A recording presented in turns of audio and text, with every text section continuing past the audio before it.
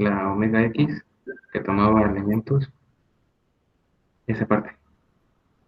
Ok, bien, entonces básicamente lo que estoy diciendo es que el P-tensor covariante es un mapeo multilineal que va del producto directo de espacios tangentes, ¿no? Acuérdense que los espacios tangentes son espacios vectoriales. Entonces, digamos, aquí yo tengo uno de los espacios tangentes, tomo producto directo P de ellos, y el P-tensor covariante simplemente es un mapeo que va de estos vectores a los reales, ¿no? Ahora, para el espacio tangente se había identificado como estos símbolos como de derivada a la base vectorial del espacio tangente. Entonces, lo que decimos por este tensor, digamos, con estos P índices, lo que cuando denotamos de esta manera, a lo que se refiere, de acuerdo con esta definición, es básicamente a evaluar, digamos, el, el P-tensor covariante en las entradas de las bases, ¿ok? Del espacio tangente. Eso es básicamente lo que estaba diciendo. Si ustedes recuerdan, teníamos que cualquier vector, digamos, vamos a llamarle X al vector, pues se puede expresar como digamos, X, ponerle mayúscula también, un índice arriba, derivada ahí, ¿no? Acuérdense que esta es la manera en cómo expresamos los vectores, como una combinación lineal justamente de estas derivadas, porque justamente se identificó como una cantidad que es independiente de la carta a la acción de X sobre una función. ¿Ok? Esta cantidad, que es la derivada ahí de F, ¿ok? Una función de la variedad, que obviamente aquí pues estoy haciendo el abuso de notación que les comentaba. En realidad esta F se refiere a la función ya que va sobre el abierto en Rn, ¿no? Entonces, pero el punto es que esta cantidad es una cantidad que es independiente de la carta, ¿ok? Esta cantidad es independiente de la carta y como es independiente de la carta, por eso es una buena cantidad en ese sentido, ¿no? ¿Ok? Y si nosotros eliminamos, digamos, lo que tiene que ver con F, pues claramente de aquí es de donde nosotros podemos identificar a estas derivadas como si fueran la base del espacio, como una base, digamos, del espacio tangente. ¿Ok? Bien, en el caso de tensores contravariantes, es básicamente lo mismo. Se definen como formas multilineales, pero ahora de productos directos del espacio cotangente. ¿Ok? Entonces, en el caso de los tensores contravariantes, son formas multilineales, son formas multilineales. Esto de las formas multilineales, normalmente en álgebra lineal se ven como, normalmente lo que se ve es la forma bilineal, ¿no? Pero ahí es donde se introducen estos conceptos.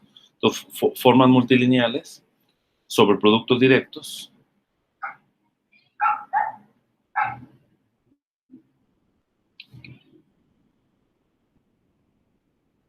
Pero ahora, en vez de espacios tangentes, de espacios cotangentes.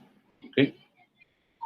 Entonces, digamos que lo que tenemos es aquí un T en el punto X como un mapeo que va de un espacio cotangente, producto tensorial, otro espacio cotangente, ¿vale? otro espacio cotangente a los reales, ¿no? ¿Sale? Ese sería el tensor. Y también en la base, digo, en el espacio cotangente, se había identificado al conjunto de X, Y, que así lo denotamos, como una base vectorial del espacio cotangente, ¿no? Bien, entonces quiere decir que lo que nosotros normalmente denotamos en otras áreas, digamos, como el tensor, es la acción sobre estas bases. Vamos a decir, agarramos la iésima 1 en este espacio tangente, la iésima 2 en este otro, y así me voy hasta tomar la iésima n, ¿sale? Y esto de acá es lo que normalmente denotamos como el tensor de I1, I2, así hasta IN, ¿no? Y bueno, estos índices, pues van, cada uno, cualquiera, van desde 1, ¿vale? Hasta la dimensión también del espacio, ¿no? Donde está n, pues es la dimensión de B, que es la variedad, es n, ¿no? Entonces, estos son los tensores, básicamente, ¿no? Como normalmente los trabajamos, pero en realidad están definidos de esta forma. Profesor, Ajá, ¿alguna pregunta? sí, en el de P tensor con covariante igual iba hasta N. Sí, sí, sí, también. Ujú. Exactamente igual. No, perdón, no, aquí me estoy equivocando. A ver, permítame un tantito, porque aquí debe ser hasta P. O sea, los índices iban hasta N, pero aquí, como está hablando del P tensor, entonces aquí debe ser hasta P, ¿sale? Y igualmente acá son P índices nada más, ¿no? O sea, puedes tener en un mismo espacio de N dimensiones, puedes tener tensores con cualquier número de índices, ¿no? Pero lo que sí es de que cada uno de estos índices van hasta N, ¿no? Eso sí. Aquí K me refiero que va 1 hasta P, ¿no? O sea, para cada K que va de 1 a P, tenemos que el I sub K va de 1 a N. Entonces, por ejemplo, yo puedo tener un tensor T y J, ¿no? De acá, por ejemplo, puede representar físicamente lo que se llama el tensor de esfuerzos, ¿sale? Es un concepto que se utiliza en diversas áreas, ¿no? El tensor de esfuerzos, que representa básicamente las presiones o los esfuerzos internos que puede tener un material, digamos, la manera en cómo el material responde cuando tú lo vas a deformar en las diversas direcciones en el espacio, ¿no? Entonces aquí, de acá es un tensor covariante, ¿vale? Este es un ejemplo. El tensor de esfuerzos es un ejemplo de tensor covariante.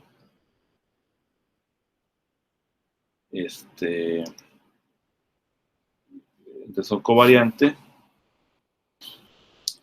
Y también uno puede tener otro ejemplo, por ejemplo, F y J. De acá, de hecho, me lo voy a poner incluso índices griegos para hacer referir al espacio-tiempo.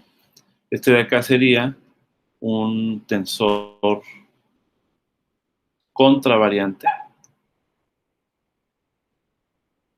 Y F alfa beta es el tensor de Faraday o de Maxwell-Faraday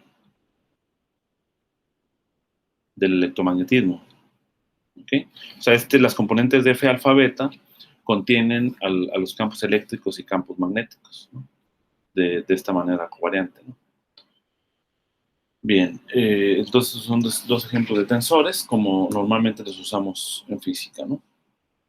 Bien, ahora los tensores, igual que los vectores, también pueden ser definidos como una relación a través de una relación de equivalencia.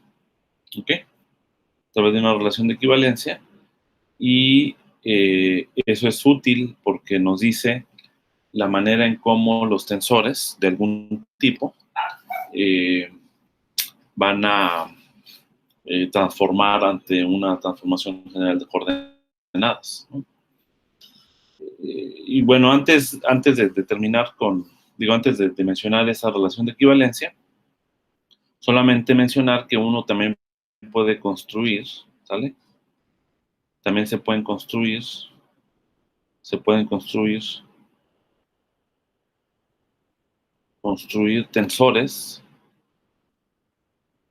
tensores del tipo mixto, ¿ok? Mixto, vamos a decir PQ, ¿sale? El tipo PQ, en donde tengo P índices, por ejemplo, no sé, covariantes y Q índices contravariantes, ¿no? Entonces, este tensor pues se hace exactamente igual, digamos, vamos a llamarle T, ¿sale? También en el punto X, y lo que tengo es, como tengo covariantes aquí, pues tengo el producto directo de P espacios vectoriales, ¿sale? Aquí lo que voy a tener es, estos van a ser P veces, y luego acá tengo Q espacios tangentes, cotangentes, perdón. Q espacios tangentes. Aquí voy a tener Q veces, y esto va a los reales, ¿no? Entonces, esta es la forma general, y si nosotros ahora lo hacemos actuar sobre la base aquí, vamos a decir, y 1 hasta IP, y luego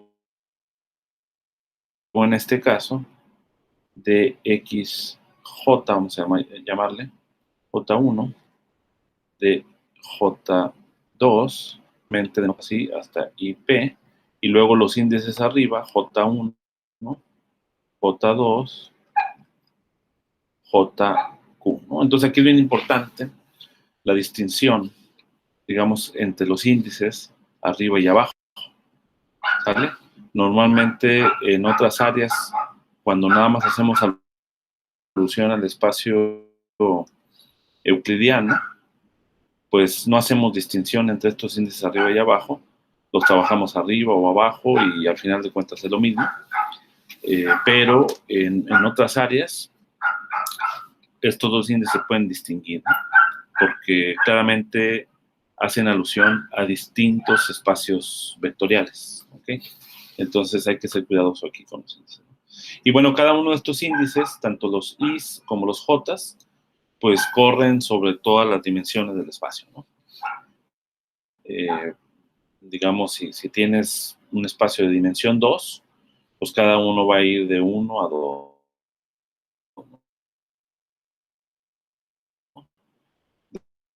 De dimensión 3, pues de 1 a 3, ¿no? 1, 2, 3, etc. Bien, entonces este es el tensor tipo mixto. Tensor nos da, podemos obtener los otros, ¿no? Con Q igual a 0, pues no tengo aquí ningún índice y obtengo el tensor covariante, ¿no? Con P igual a 0 obtengo el tensor contravariante. Bien, como les decía, también hay la manera alternativa de definir los tensores contravariantes, digo, los tensores, a través de los tensores mixtos o en general mixtos o contravariantes o covariantes, en términos de una relación de equivalencia.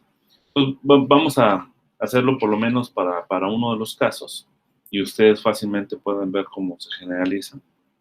Entonces vamos a decir que agarramos un ejemplo de tensor mixto, tensor del tipo 1,2, ¿no? Entonces yo lo que voy a tener aquí es, bueno, aquí 1,2, voy a tomar uno como el contravariante.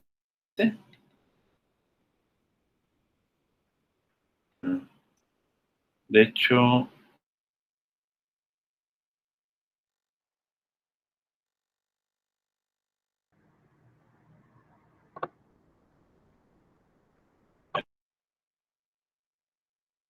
aquí, de hecho lo voy a hacer así para no causar confusión. Sería, si soy consistente con mi notación, pues esto de acá sería 2,1. ¿Ok?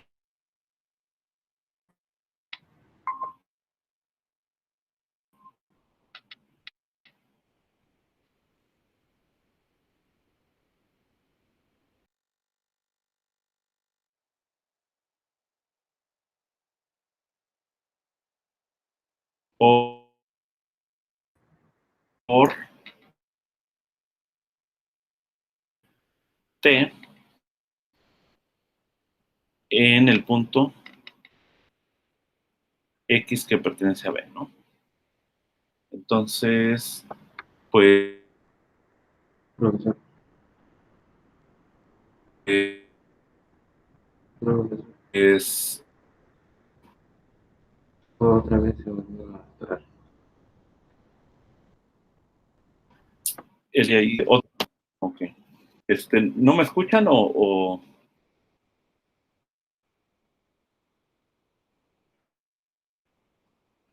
ahí me están escuchando? Ok. Sí, es que esa va a ser la dificultad que les comentaba.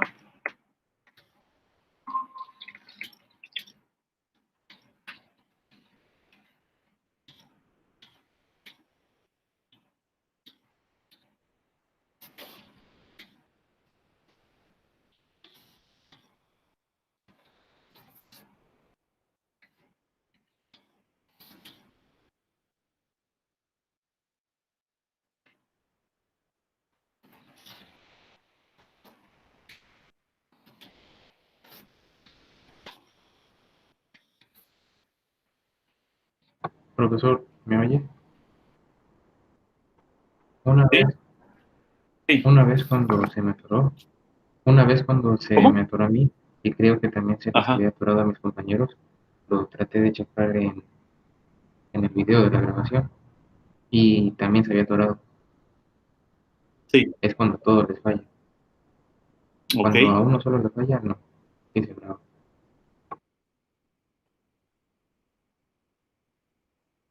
Ok.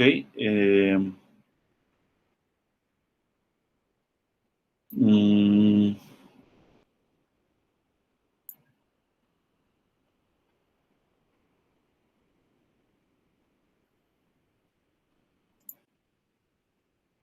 ¿Ahí me escuchan?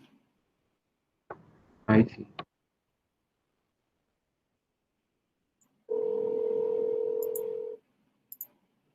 Ahí ya no sé qué hice. ¿Ahí me escuchan? Sí. Sí, ahí sí. ¿Sí me escuchas, Abraham? Sí, Ok. ¿Todos los demás me escuchan? Sí, yo sí. Ok, perfecto. Vamos a ver si podemos continuar. Y entonces, como les decía, vamos a considerar un ejemplo del tipo 2,1, que sea dos veces covariante y uno contravariante, y para ver cómo es la definición alternativa en términos de la clase de equivalencia, ¿no? Entonces, en este caso, ¿Sale? En este caso, T es una clase de equivalencia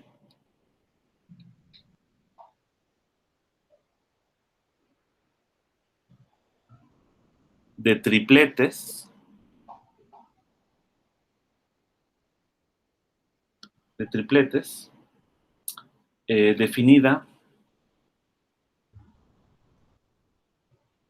definida por una relación de equivalencia, ¿sale?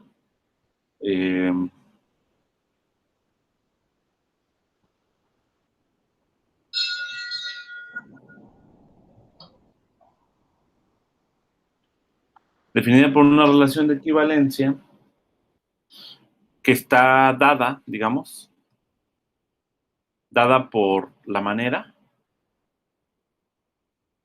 en cómo transforman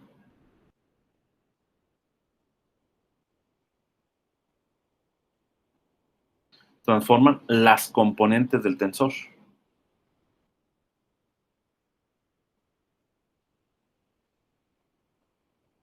En este caso, pues sería claramente cómo transforman en distintos sistemas coordenados o distintas cartas, ¿no? Entonces, voy a agregarle aquí una nota aquí. Cómo transforman de U phi a U phi prima, ¿no? Me refiero a U prima phi prima. Entonces, la manera en cómo transforman, pues es de manera similar como habíamos visto para vectores. I1', J', H', pues estas son las componentes del tensor mixto, ¿ok? Con dos índices covariantes y uno contravariante. Y pues resulta que la regla de transformación es de esta forma, ¿no? K derivada XI', derivada XL, vamos a decir, con respecto a XJ', derivada XH', con respecto a XM, de T KLM, ¿no? Es la regla de transformación. Entonces, digamos que todos los tensores definidos en el punto X que pertenece a la variedad, ¿ok?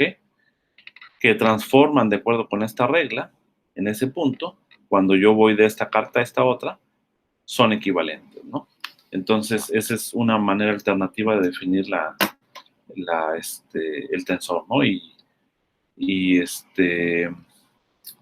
Vamos a decir que podemos, acuérdense que cuando tenemos una relación de equivalencia, automáticamente nos definen clases de equivalencia y entonces podemos tomar un representativo para hacer referencia al tensor mismo, ¿no? O sea, uno de los representativos de estas clases de equivalencia va a ser el tensor, ¿no? Bien. Profesor, ¿Sí? ¿no habíamos visto que con los elementos base del espacio tangente eran las derivadas parciales? Sí. Y aquí, en este caso, para el tensor covariante, usábamos esos elementos base. Sí. Porque toma productos de espacios tangentes, ¿no? Sí, sí, exactamente. Está como cambiado. No. No, o sea, aquí ya nada más me estoy refiriendo a las componentes del tensor, ¿no? O sea, estas componentes, ¿sale? Son básicamente la acción, digamos, del tensor sobre la base, ¿ok? Si tú fijas, aquí ya tengo las componentes. Entonces, lo que estoy diciendo simplemente es la manera alternativa en cómo se definen los tensores, que es decir, es un objeto geométrico, ¿sale? Que se define en un punto dado de la variedad a través de una relación de equivalencia, ¿no? Entonces, esta relación de equivalencia simplemente es la regla de transformación entre distintas cartas que tienen las componentes del tensor. ¿Ok? O sea, es decir, aquí nada más están las componentes del tensor. ¿Vale? Y estos coeficientes que están acá básicamente son las matrices jacobianas son los elementos de la matriz jacobiana de la transformación de la carta, de esta carta a esta otra. ¿Ok? Bien, producto tensorial.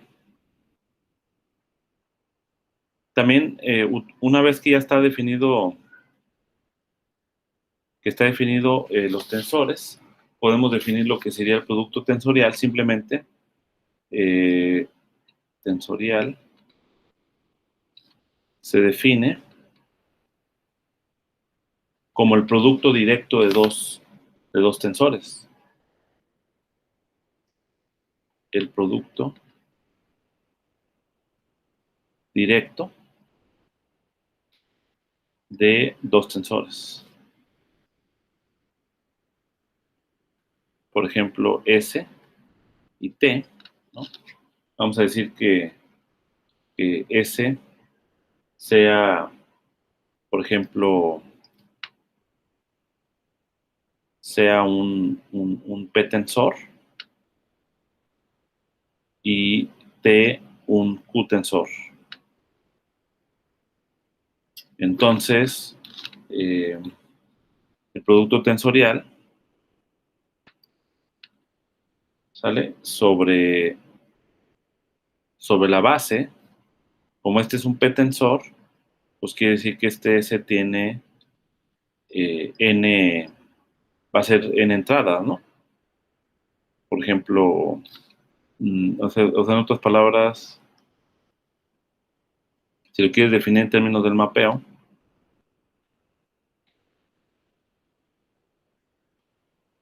por ejemplo, aquí lo que tendrías sería el vector, los espacios tangentes en el punto X. Como este es un P-tensor, pues yo tengo aquí el espacio tangente P veces, ¿ok? Y luego acá otra vez tengo Q espacios tangentes.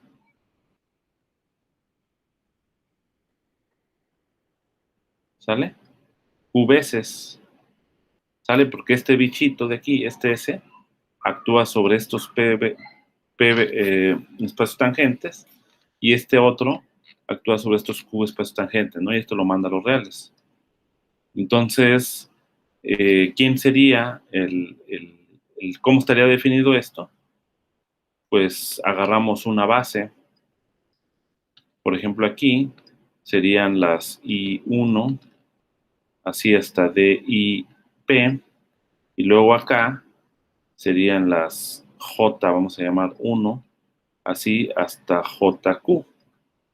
¿Y cómo estaría definido? O sea, esta es la definición, básicamente, del producto tensorial, como el producto simplemente de sus componentes, ¿no? Entonces sería SI1, I2, así hasta IP, por TJ1 hasta JQ, ¿no? Ese es el producto de las componentes, ¿no? Entonces, de esa manera, ¿cómo se llama? Cumple con la definición de tensor, porque si ustedes te fijas, si yo quiero ver la regla de transformación del producto, pues nada más me fijo en la regla de transformación de cada uno de ellos, y esa regla de transformación me va a dar la regla de transformación del producto, ¿no? Entonces, cumple con la definición de un tensor, ¿no? Bien, ahora nada más hay que ser cuidadosos porque el producto tensorial no es conmutativo. ¿Okay? El producto tensorial no necesariamente, como una nota de precaución, el producto tensorial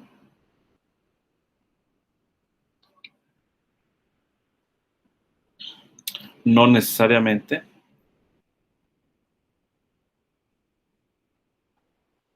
es conmutativo.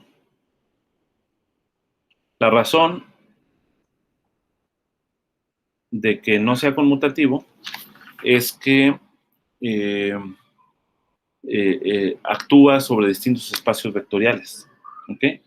O sea, no es lo mismo, aunque las componentes puede ser que sean las mismas, pero no es lo mismo tener aquí el espacio vectorial P veces y luego aquí Q veces que primero tener Q veces el espacio vectorial y luego P veces, ¿no? Digamos, puede ser que en este caso, pues simplemente estos dos conmutan, entonces puede ser que aquí tengas como una conmutatividad, pero esto se nota más claramente cuando tenemos, por ejemplo, espacios vectoriales mixtos, ¿no? O sea, el espacio tangente, producto tensorial con el espacio cotangente, ¿no? ¿Sale? Entonces, y bueno, también entre ellos, digamos, si yo intercambio dos de estos espacios tangentes, no necesariamente es lo mismo acá. ¿Por qué? Porque eso significaría tener, por ejemplo, intercambiando estos dos índices. Y este tensor no necesariamente es simétrico ante el intercambio de estos dos índices, ¿no? Entonces, en ese sentido, tampoco es conmutativo. ¿Ok? Entonces, depende de la naturaleza del tensor y depende de la naturaleza sí, de los tensores y del tipo de tensor, ¿no? O sea, es decir, no necesariamente vas a tener que T y, por ejemplo, J sea lo mismo que T, por decir algo, J arriba y acá K, ¿no? Entonces, esto de acá, en general, aunque normalmente en el caso euclidiano, pues estos dos tensores son los mismos, ¿no? Incluso siempre bajamos los índices y trabajamos con los índices abajo, pero en general no necesariamente son iguales, ¿no? Es lo que tenemos que ser cuidadosos. Ok. Bien, entonces,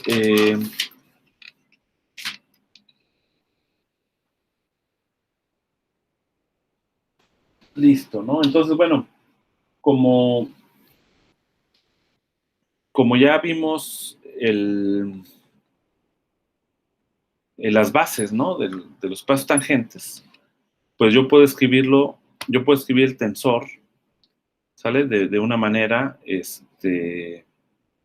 o sea, no solamente referirme a las componentes del tensor.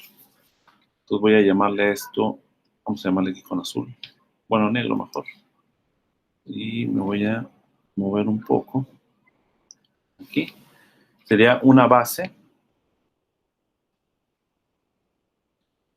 del espacio vectorial.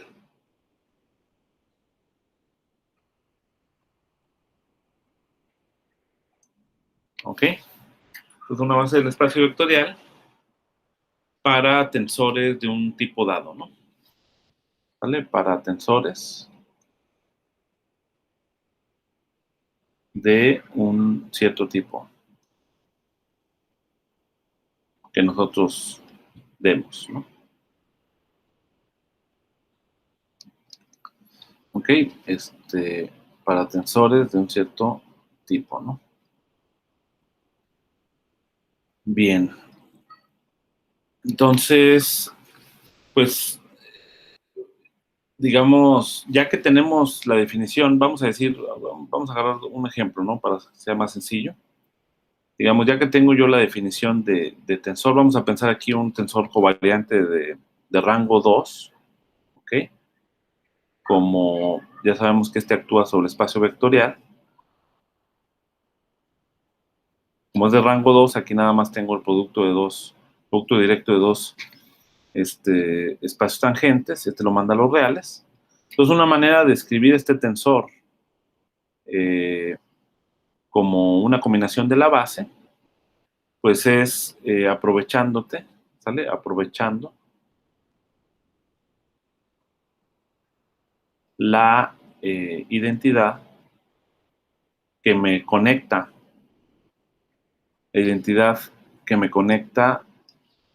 los dos espacios vectoriales, que son en este caso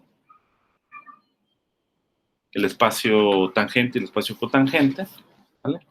Esta identidad básicamente la vimos en la clase pasada, que delta xy sobre delta I es lo mismo, digo, sobre delta J, es lo mismo que delta J, ¿no? ¿Sale? Esa es como la manera en cómo vamos de un espacio a otro, ¿no? Entonces, este tensor, pues yo lo puedo escribir como TIJ, ¿sale? Y luego el producto directo de estas formas. De esa manera, ¿no? Entonces, de esta manera aquí yo tengo los coeficientes, que son las componentes del tensor, y tengo aquí una base, ¿sale? Esto de acá sería una base vectorial para el tensor.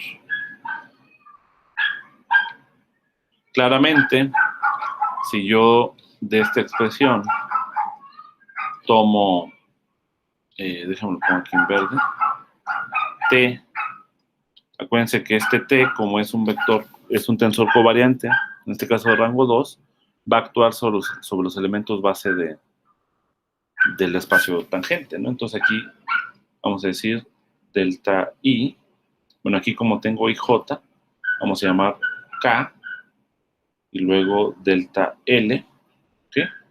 Entonces esto de acá, pues es, actúo sobre esto. Este es un coeficiente, entonces al actuar, lo que significa es TIJ, XI, producto tensorial de XJ. Este en sí sigue siendo el tensor, ¿ok? Y luego esto de acá, pues va a actuar sobre delta K y delta L, ¿no? Entonces, como aquí ya está separado, ¿sale? El producto directo, pues, por definición, este bicho de aquí va a actuar sobre este pedazo y este bicho de acá va a actuar sobre este otro pedazo, de tal manera que esto va a ser TIJ, delta XI, actuando sobre DK, y luego DXJ, actuando sobre DL, ¿no? Y aquí ya se quita, se elimina el producto directo. Esto no es otra cosa más que el producto matricial, básicamente. ¿Ok? Nada más una manera general, digamos, de escribirlo, pero esto, el producto directo y luego la acción sobre este otro, sobre este otro producto directo, digamos, o sobre estos elementos del producto directo, que es esto que está acá, pues no es más que es como una especie de producto matricial general, ¿no? Bien, y entonces este de aquí, pues ya sabemos que esto es delta IK, y esto de acá, pues es delta JL. Entonces, como estas son las deltas de Kronecker, eso justamente me da que dk dl es lo mismo que dkl, ¿no? Entonces, quiere decir que, en efecto, yo puedo escribir a un tensor utilizando esta base vectorial, ¿no? Es una manera general de escribir los tensores. Y así, en efecto, si yo tengo un tensor del tipo, para un tensor del tipo PQ, o sea, P covariantes y Q contravariantes, pues yo voy a tener que este T lo voy a poder expresar como TI1, así hasta IP, luego J1, JQ, y luego aquí el producto directo de estas bases, que sería I1, producto directo, XI2, producto directo así, hasta X, aquí también hay un producto directo.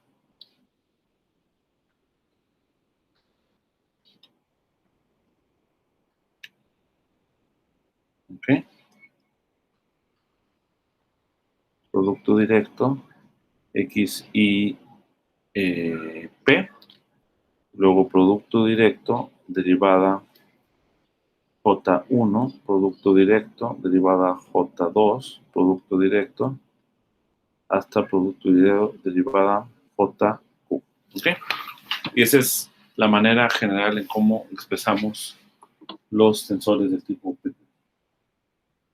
¿Alguna pregunta hasta acá?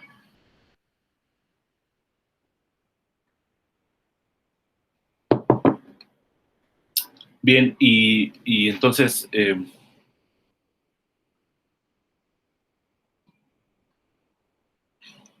si yo tengo el ejemplo de arriba, si tenemos un tensor,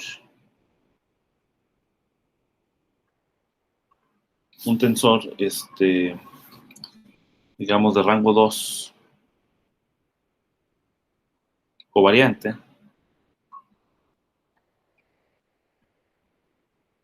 vamos a decir T, pues ya vimos que este T lo podemos expresar como T y J de XY de XJ, ¿no? Entonces, estas componentes, vamos a decir que el tensor es este tensor es simétrico,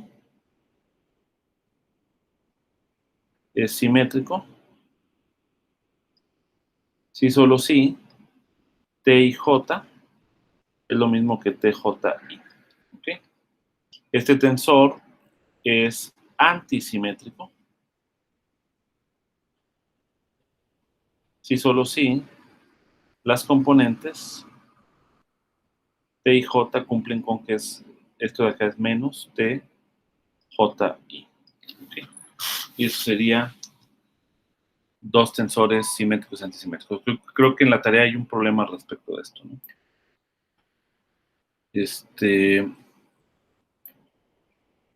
Vamos a ver. De todos modos, empezó a ver. Creo que no. ¿Tienen algún problema? Digo, ¿alguna pregunta? ¿Sí me siguen escuchando todavía? Sí, hablo escuchando. Sí. Perfecto. Sí, yo creo que es un problema del Meet, porque mi hijo también ahorita está tomando clase y también se le estuvo zafando varias veces. Seguramente. Bien, entonces déjenme. Bueno, con esto terminamos esta parte y vamos ahora a campos.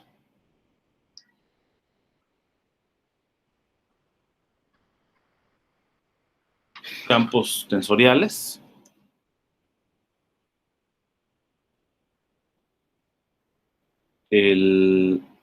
Y mapeos diferenciales, o sea, bueno, hay uno que es mapeo diferencial, que aquí otro mapeo que se llama pullback,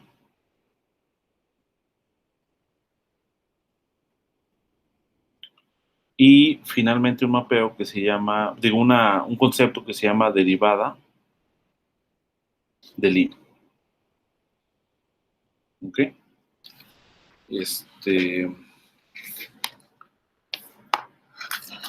Bien, entonces, pues de manera similar como lo hicimos en el caso del campos vectoriales, pues igualmente en el caso de campos tensoriales van a ser asignaciones de un tensor en el espacio, en la variedad, en cada punto de la variedad. ¿Ok? Esa es básicamente la noción, ¿no?, que tenemos que tener en mente, ¿no? Entonces, vamos a decir, campo tensorial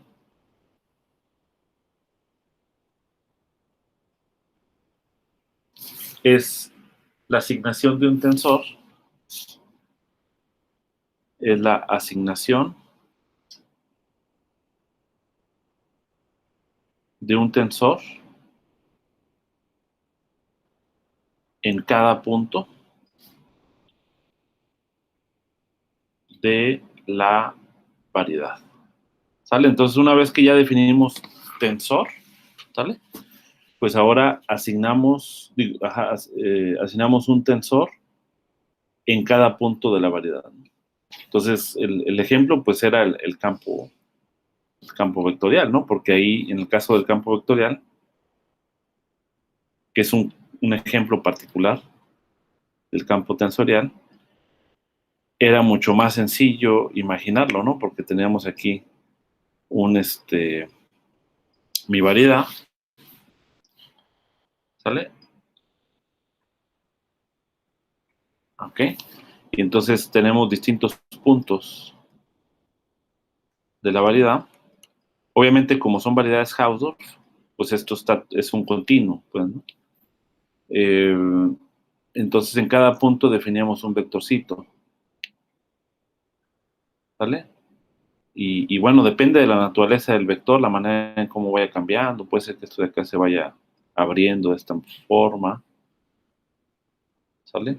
Imagínense que, por ejemplo, imagínense que esto se represente una superficie y por aquí hay una corriente de partículas, corriente de electrones, ¿no? Entonces, esto mismo puede ser el campo vectorial de la velocidad, ¿no? Campo vectorial de velocidad que se mueve sobre la superficie. Entonces, de acá, esta asignación de vectores en cada punto de la variedad es un campo vectorial, ¿no? Entonces, de manera similar, digamos, de manera análoga, tú puedes imaginar aquí tu variedad igual, ¿no?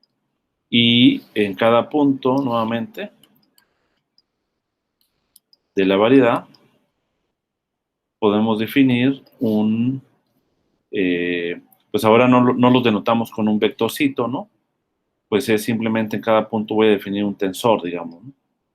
Acá tengo un tensor X en el punto X, acá en el punto X', etcétera, ¿no?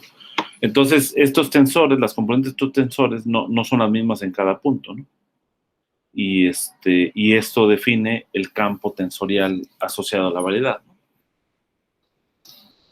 Va a estar asociado a la variedad de ese campo tensorial, ¿no?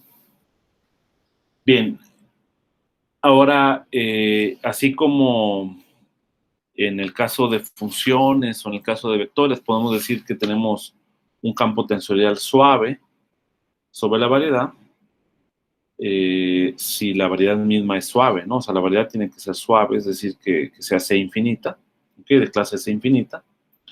Y lo que significa en esencia es que los componentes de los tensores sean de clase C infinita, para que tú puedas tener un campo tensorial de clase C infinita. Bien, entonces ahora vamos esta es nada más la noción, no hay más que eso. Ahora vamos a la definición de mapeo diferencial y pullback, que son necesarios, especialmente el mapeo diferencial, para definir la derivada del I, ¿no? Entonces aquí, por ejemplo, cuando hagan la lectura en el libro, tienen que ser cuidadosos porque ahí sí le falló a la autora. Bueno, no le falló, lo que pasa es que como es un libro introductorio, incluso en el libro hace mención que es un curso para nivel licenciatura. Y entonces toda esta parte, toda esta introducción de la geometría diferencial la tiene que condensar tanto que, bueno, tiene que eliminar algunas cosas, ¿no? Pero hace referencia a su libro de variedades, ¿sale? De análisis en variedades. Bueno, no nada más en variedades, sino es un libro de métodos matemáticos más modernos, digamos, para la física, y ahí sí viene todos los detalles, ¿no? De todo este rollo, ¿no? O sea, digamos que todo lo que estamos viendo de manera condensada se extiende de manera más general, pero bueno, eso sería otro curso, ¿no? Digamos, entonces, la observación que hice es que no introdujo el mapeo diferencial, ¿no? Y se requiere el mapeo diferencial para poder definir la derivada del I, ¿vale? Entonces, aunque tampoco hace mucha formalidad respecto a la derivada del I, etcétera, entonces entiendo la cuestión, ¿no? Pero aquí sí vamos a introducirlo un poquito más para que se comprenda mejor, ¿no? Espero. Entonces, vamos a ver el mapeo diferencial.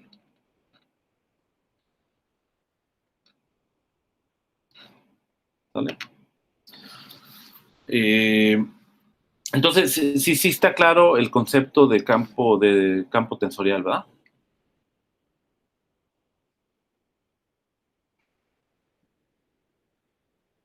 Sí, creo que sí. No es muy diferente al concepto de campo en general. Sí, bueno, es más o menos igual, de hecho, porque al igual que en el caso de campos, pues los campos son igualmente definidos en cada punto del espacio, ¿no? Del espacio-tiempo. En este caso, la variedad es lo que queremos representar como espacio-tiempo. Entonces, igualmente, el concepto aquí en este caso de un campo, pero tensorial, pues es la asignación de campo de un tensor en cada punto de la variedad, ¿no? Entonces, imagínense, por ejemplo, el campo tensorial asociado a el campo tensorial de contravariante de rango 2, que representa el tensor de Maxwell-Faraday, ¿no? Es decir, las componentes del campo eléctrico y campo magnético.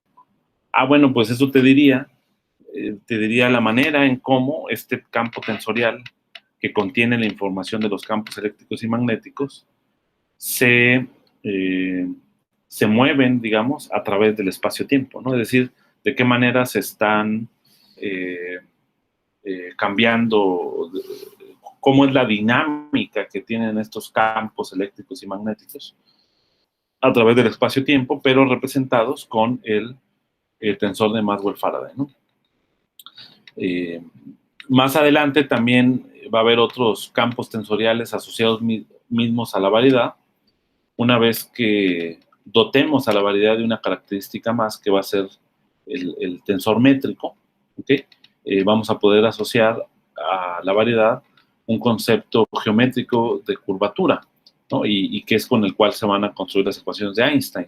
Entonces también va a haber tensores de curvatura, y los tensores de curvatura igualmente van a cambiar acorde a los puntos que están en el espacio-tiempo o en la variedad, y eso en esencia va a ser justamente la explicación de la gravedad, ¿no? Desde el punto de vista de Einstein, ¿no?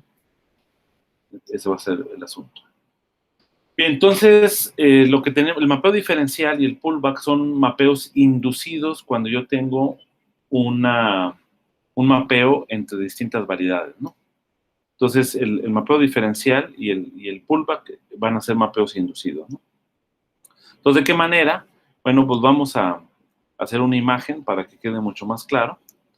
Antes de dar la definición, imagínate que yo tengo aquí mi variedad M, y luego por acá tengo una variedad N, ¿ok? Y tengo una función, ¿sale? Que va de la variedad M a la variedad N, ¿no? Esa va a tener la función. Aquí está el punto X.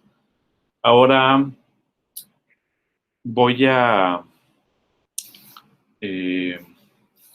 digamos, por acá, voy a construir una curva. ¿Sale? Aquí tengo R, y aquí tengo un intervalo en R, vamos a decir que contenga el 0, ¿sale? Acá tengo mi curva que va aquí, digamos que aquí yo tengo mi carta, ¿no? Aquí tengo mi cartita, y esta curva se refleja, o su imagen que pasa por el punto X, pues aquí está la curvita, ¿no? Bien, ahora vamos a llamar a esta curva C, ¿ok? Y además también de esta N, aquí, bueno, cuando yo haga el mapeo F, pues esto va a corresponder a un F de X, ¿ok? Y aquí también voy a tener mi abierto, o más bien mi dominio de la carta en la variedad de N, ¿ok?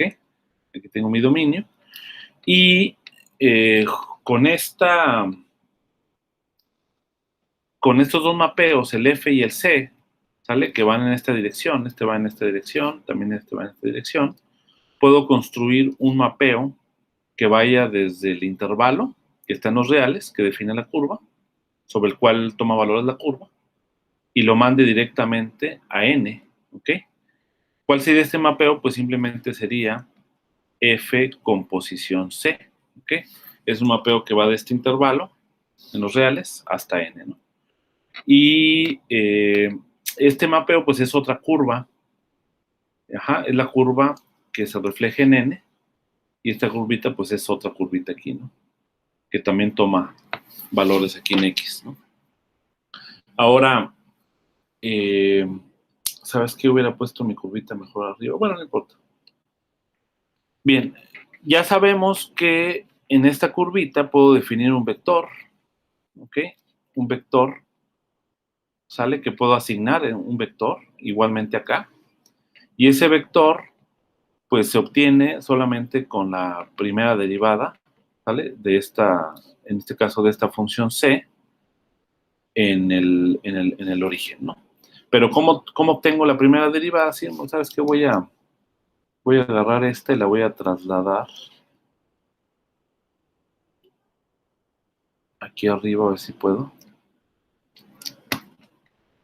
No, ¿sabes qué? Mejor la borro.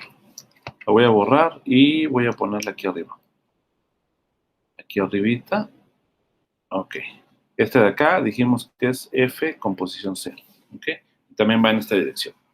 Bien. Entonces, acuérdense que en cada variedad yo, mi dominio de la carta, la mapeo hacia mi espacio euclidiano Rn. ¿Ok? Y acá igualmente a otro espacio euclidiano. Bueno, aquí va a ser Rm y acá va a ser Rn. ¿Ok? De dimensión m y de dimensión n. O sea, es decir, esta variedad m es de dimensión m y esta variedad n es de dimensión n, ¿no? Entonces ya sé que lo voy a mapear, digamos, a este espacio. Vamos a mapearlo, de hecho, al origen, ¿no? Vamos a decir que lo mapeo al origen. Y entonces este vectorcito, ¿quién sería? Pues sería el vector que está aquí, ¿vale? En Rm, la componente del vector. Igualmente este vector, que puede estar apuntando en otra dirección, va a estar acá, ¿no? Y esto está también en el dominio. Entonces, ¿cómo encuentro este vector que está acá? Pues ese es justamente el vector, ¿no?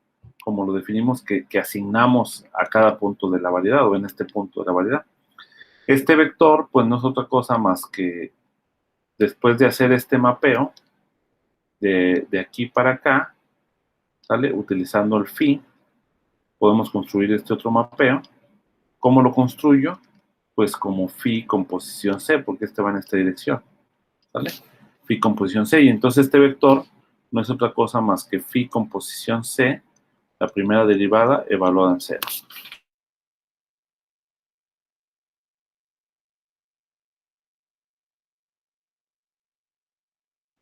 Pues la carta vamos a llamarle que sea psi. Vamos a hacer el mapeo igualmente con un psi. Nada más que ahora, con la curva C, pues tengo que tomar no la curva C, sino la curva F, no, o sea, sino la curva C, sino la curva F con posición C. Entonces lo que voy a tener aquí es que el vectorcito,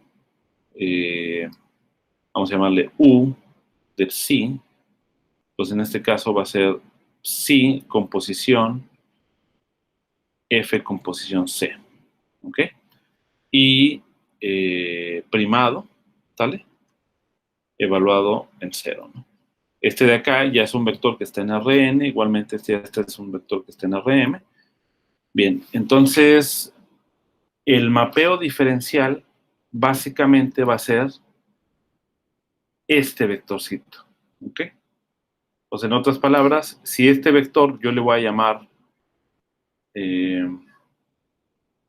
B, ¿ok? Como lo llamé aquí, este vector, que es el U, ¿sale? Es definido por F estrella P, ¿ok? Entonces, el F estrella va a ser el mapeo inducido por el mapeo F, ¿ok? Si ustedes se fijan, claramente depende de F, ¿ok? El U, ¿no?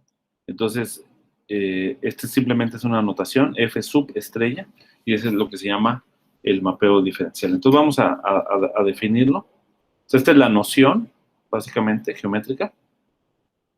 Entonces, aquí el F estrella F estrella se le llama mapeo diferencial. ¿Ok? Entonces lo que vamos a tener es este mapeo diferencial. Si ustedes se fijan, este espacio en sí también, que estoy aprovechándome del mismo RM que usé para el mapeo de las coordenadas, ¿ok? Es isomorfo al espacio tangente, ¿ok? Entonces, aquí lo estoy aprovechando, ¿no? Aquí este mismo es el espacio tangente, en este caso TPX, ¿sale? TPXB, ¿ok? Y en este caso es el espacio tangente también, pero es el TF de X, y no es B, es M, ¿vale? Y acá es N, ¿ok? Este es el espacio tangente, y este es el otro espacio tangente. Entonces, este vector pertenece a este espacio tangente, y este otro vector U pertenece a este otro espacio tangente. Entonces, el mapeo diferencial es un mapeo que va de el espacio tangente, X. El espacio tangente TXM, y lo manda al espacio tangente F de X N. ¿Ok? Ese es el mapeo diferencial. ¿Y cómo está definido? ¿Sí? O sea, ¿cómo lo vamos a obtener? Bueno, ya básicamente dijimos cómo, ¿no? Pero acuérdense que los vectores pueden actuar sobre funciones, ¿no? Entonces, es una manera en cómo podemos determinarlo. Entonces, la pregunta es, ¿cómo es la forma explícita de F estrella?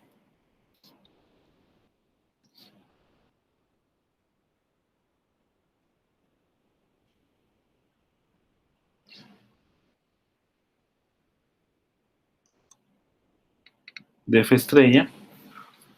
Bueno, pues tomamos una función.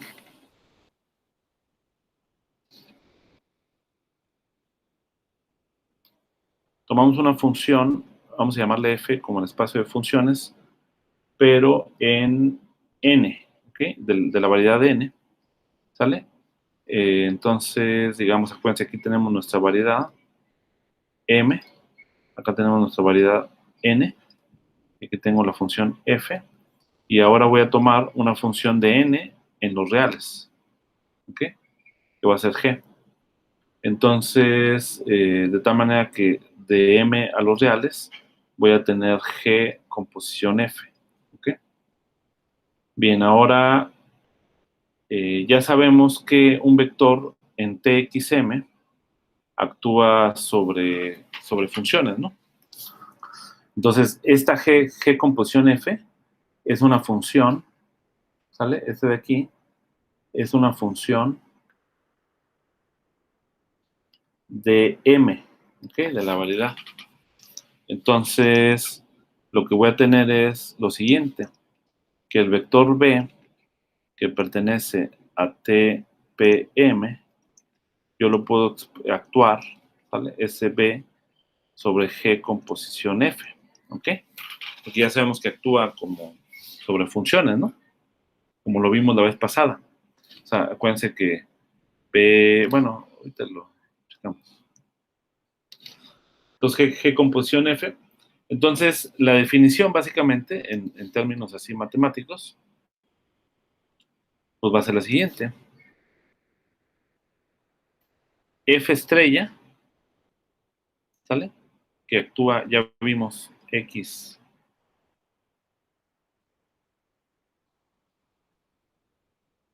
es dado por F estrella que actúa sobre B, ¿sale? F estrella es la notación. F estrella por B, digamos, ¿sale? Que este de acá pertenece, si tú fijas, en la imagen, ¿no? A F de X, N, y es dado por F estrella B sobre la función G, porque acuérdate que este es un vector, Entonces los vectores actúan sobre funciones y este está definido por B actuando sobre G composición F. Esa es la simple definición. Y esto de acá es equivalente a lo que decíamos aquí arriba. ¿Vale? Es equivalente a esto que está acá. ¿Ok? De hecho, vamos a ver en términos de las cartas cómo está dado. Bien, entonces en términos de las cartas tenemos lo siguiente. Vamos a ver cómo andamos de tiempo. Ya se nos acabó el tiempo. Entonces, en términos de las cartas,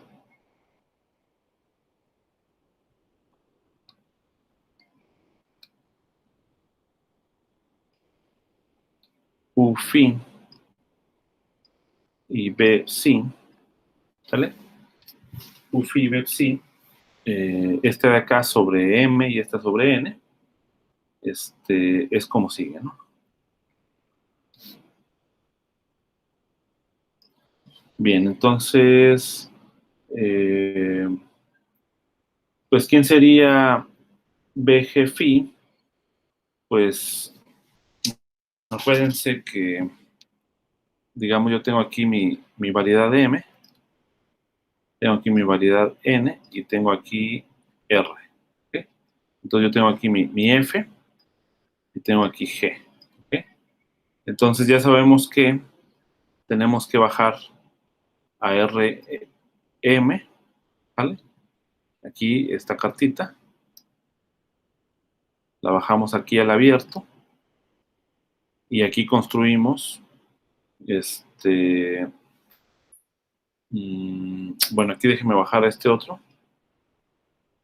a RN, aquí tengo otro abierto, que le llamamos B, no, este es el B mayúscula, este es el U mayúscula y este es B minúscula, ¿ok? Este de acá se baja con el phi, este con el psi, ¿ok? Y puedo construir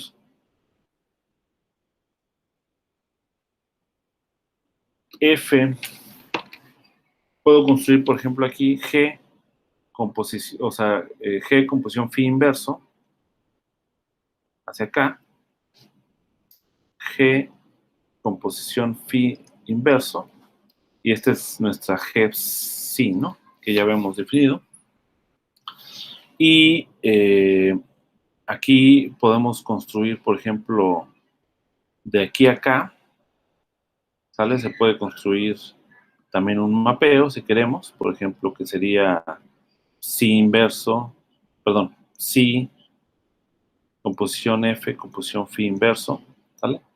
Pero también podemos construir, acuérdense que está G, composición phi, ¿sale? Que va de la M a los reales. Entonces me puedo ir hasta acá y de aquí traer de este abierto, mandarlo al mismo conjunto que está acá, que sería G, composición F, composición phi inverso. ¿Okay? Entonces aquí hay muchos mapeos que se pueden construir.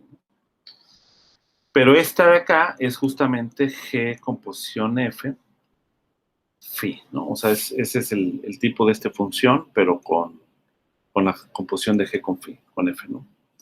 Entonces ahí es donde tenemos que ser cuidadosos porque en la definición de la acción del campo vectorial o del vector sobre la función tiene que ser esta la función, ¿no? Ese es simplemente el detalle, ¿no? Entonces, en otras palabras, que B actuando sobre G composición F, esto es lo mismo que el B en esta cartita, ¿vale? Phi de la derivada de las coordenadas de esa cartita, ¿vale?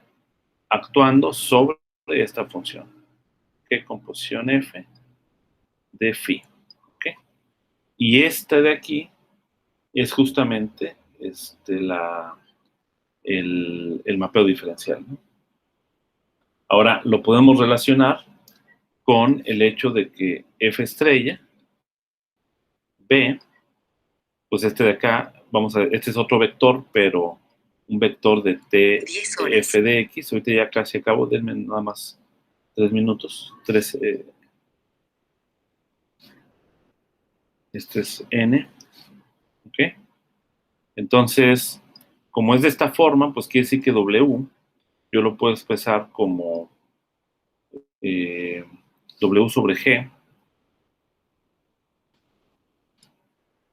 W sobre g lo puedo expresar como wi psi, ¿no? O sea, en la carta psi, por la derivada de g psi con respecto a las coordenadas en su propia carta, ¿no? Que vamos a llamarles y psi. ¿Ok? Entonces quiere decir que este vectorcito, wi psi, derivada g psi, con respecto a y psi, es lo mismo que este que está acá, ¿no? Entonces la manera en cómo yo voy a obtener, aquí también phi, y acá el g composición f de phi. ¿Ok? Entonces, esa es la manera, yo conozco este b y conozco estas funciones, entonces con eso puedo obtener quién sería el w. Y ese sería el mapeo diferencial.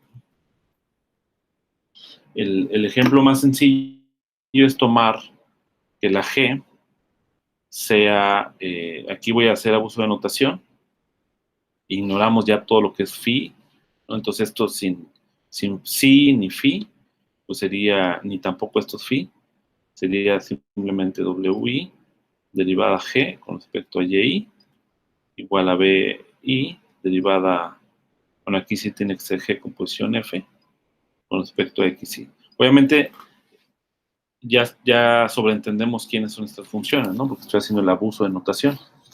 Ahora voy a tomar que g sea las coordenadas y, k, por ejemplo, ¿no? En la carta psi, ¿no? Entonces aquí lo que voy a tener es que este sería wk y ¿quién sería aquí? Pues aquí serían las coordenadas con posición f. En otras palabras, serían las coordenadas en función de x. De x con respecto, aquí sería la derivada parcial con respecto a x, y. Entonces, esto de acá no es otra cosa más que los elementos de la matriz jacobiana, de la regla de transformación.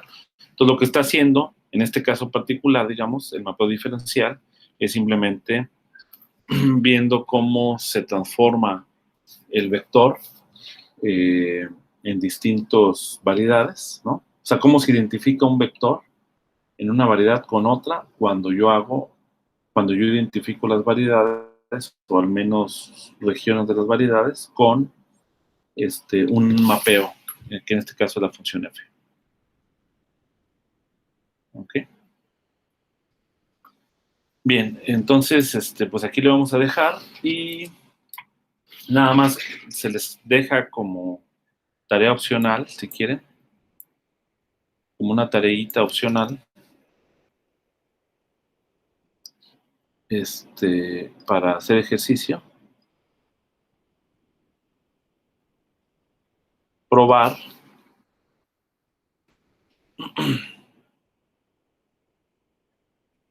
se puede probar utilizando estas definiciones que si tenemos estos mapeos f de una variedad m a otra variedad n y g de una variedad n a otra variedad p, ¿ok? Entonces, el mapeo diferencial de la composición, entonces, básicamente, el mapeo diferencial de la composición, mapeo diferencial de la composición G composición F de M hasta P, ¿ok? Es Entonces, lo que tienen que probar es esto. G composición F estrella cumple con que... no, aquí debe haber un error, creo yo, porque debería ser, lo debe conmutar. Déjenme checar algo.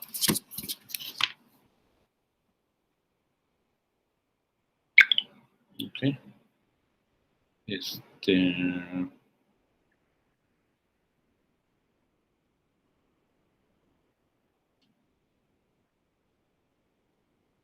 Sí, sí. No, está bien, sí, sí. Sí, está bien, en este caso es correcto, sí, porque van en la misma dirección. Bien, entonces, nada más déjenme aquí corregir.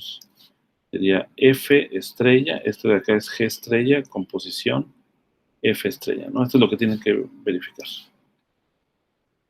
Entonces se puede verificar utilizando los diagramas. Y bueno, les voy a recomendar también un libro en donde vienen todos estos cálculos de manera más detallada. Pueden checar. Recomendación del libro. A lo mejor lo están checando con Peter, los que están llevando geometría. Se llama Geometry and Topology for Physicists.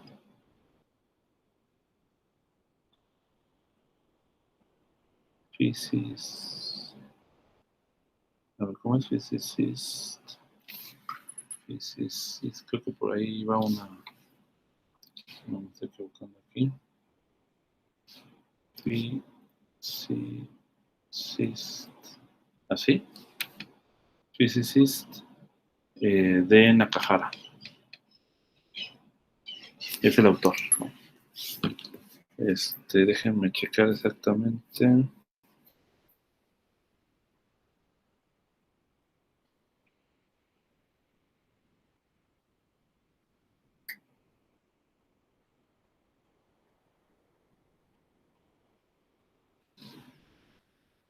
No, nada más es Geometry, Topology and Physics. Geometry, Topology and Physics. Topology and Physics. Okay. Y el autor es Mikio Nakahara. Mikio Nakahara. Lo voy a... Se lo voy a enviar por correo. No sé si tengan alguna pregunta. Creo que no. Bueno, los que quedamos.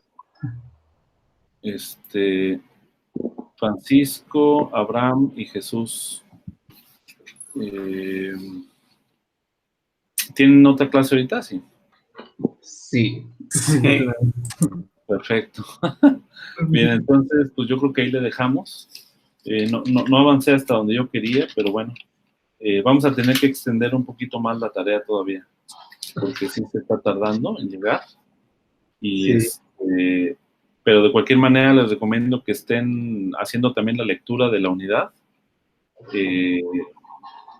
para que vayan afianzando el concepto. Y hasta ahorita creo que ya hay algunos problemas que ya pueden ir resolviendo, que ya pueden ir pensando de la tarea, ¿no? Ahorita la extendí hasta el miércoles, pero yo creo que la voy a extender otra vez hasta el próximo lunes, lo más probable.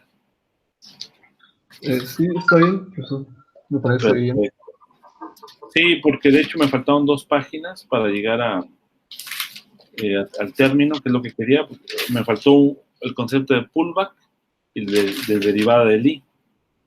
Y de ahí faltan todavía como dos temas, ¿no? Entonces, pero por ejemplo, el concepto de derivada de Lie, quizá lo pueden tratar ya, o sea, el problemita de derivada de Lie, porque lo que tienen que probar es que ese tensor, que es la derivada de Lie, es invariante de Carta, ¿no? Y eso ya lo pueden probar. Ya tienen la noción de tensor y ya saben lo que significa invariante de Carta. Entonces es cuestión de que intenten hacerlo, ¿no? Independientemente de que tengan o no la noción de la derivada. ¿Sale? Sí, pues sería tratar a ver qué sale. Bueno, sale, vale. Entonces, pues aquí quedamos para vernos ahorita a las 11, creo. Sí. Sale. No. Que tengan... Ahorita nos vemos al rato. Vale. Hasta luego.